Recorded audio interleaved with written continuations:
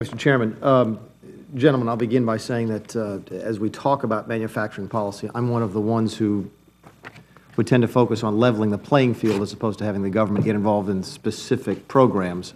We heard some testimony from Senator Stabenow before, and I think one of you gentlemen mentioned the Japanese policies on advanced batteries. I think for every success story that a government can point to like that, there are more and more failures. I remember when I was a kid, I think the Japanese government was involved in the beta research for Betamax, and then more recently, I think they were heavily invested in plasma TVs versus LEDs or something like that. So I think every time there's one of those success stories, there's a lot more failures, and the government simply doesn't have the information or the proper motivation available to it to make decisions about where investments are properly made. So I'm one of those landscape, level the playing field type of guys. So I want to talk about that for a few minutes and see if there's a couple of things that we can agree on as a panel.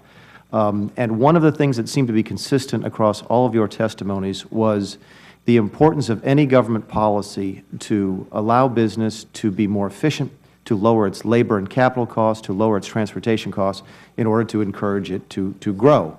Dr. Zandi, you mentioned specifically something that I'm familiar with, having been in the housing industry, about people being stuck in a particular location.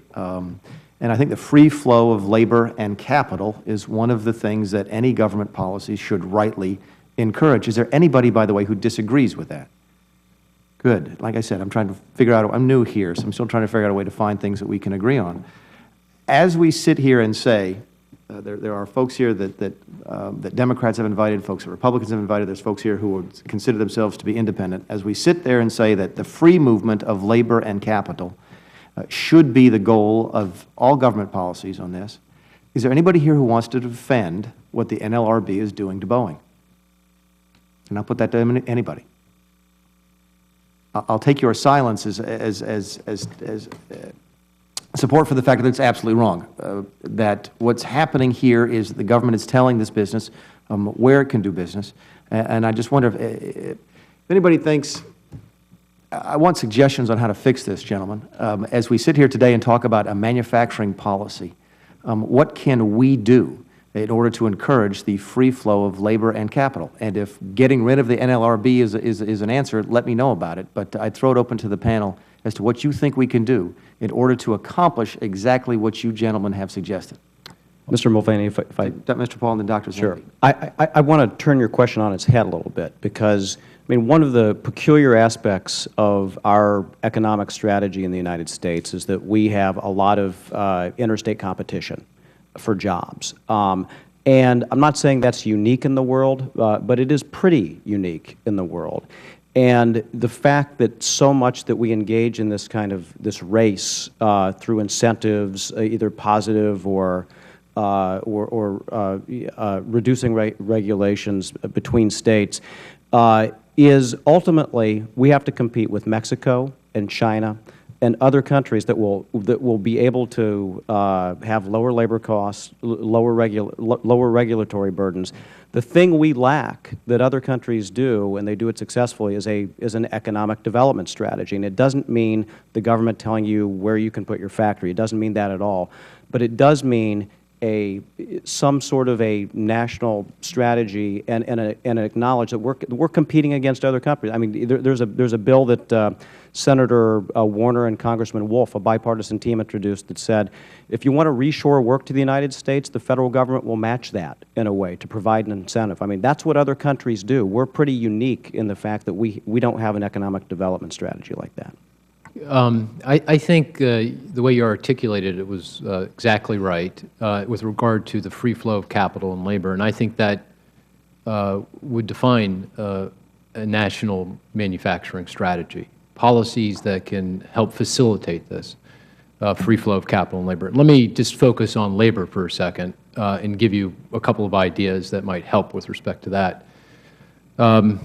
First is reform in the unemployment insurance system. I think manufacturers have very high unemployment insurance costs, particularly in the current context, because many states obviously have had to take on loans from the Federal Government to pay for their UI, and this bill is coming due, and that bill is going to be paid by businesses, particularly manufacturers. The cost to them is going to be quite significant. So you could provide some relief to help in that regard in the near term. And then I would also make some broader changes to the UI system.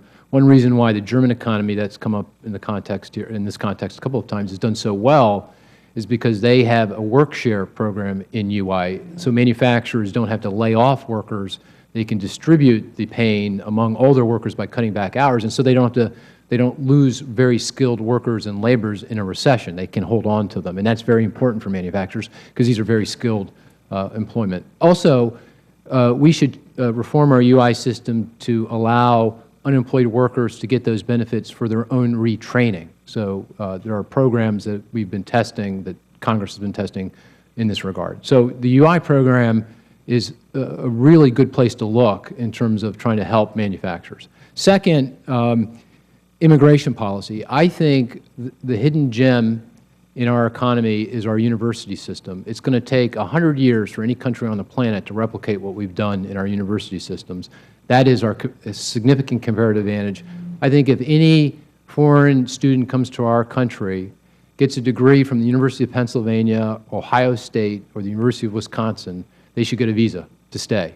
They earned it. And these are the best and the brightest in the world, and they are going to be the fountain of future business formation and job creation in manufacturing.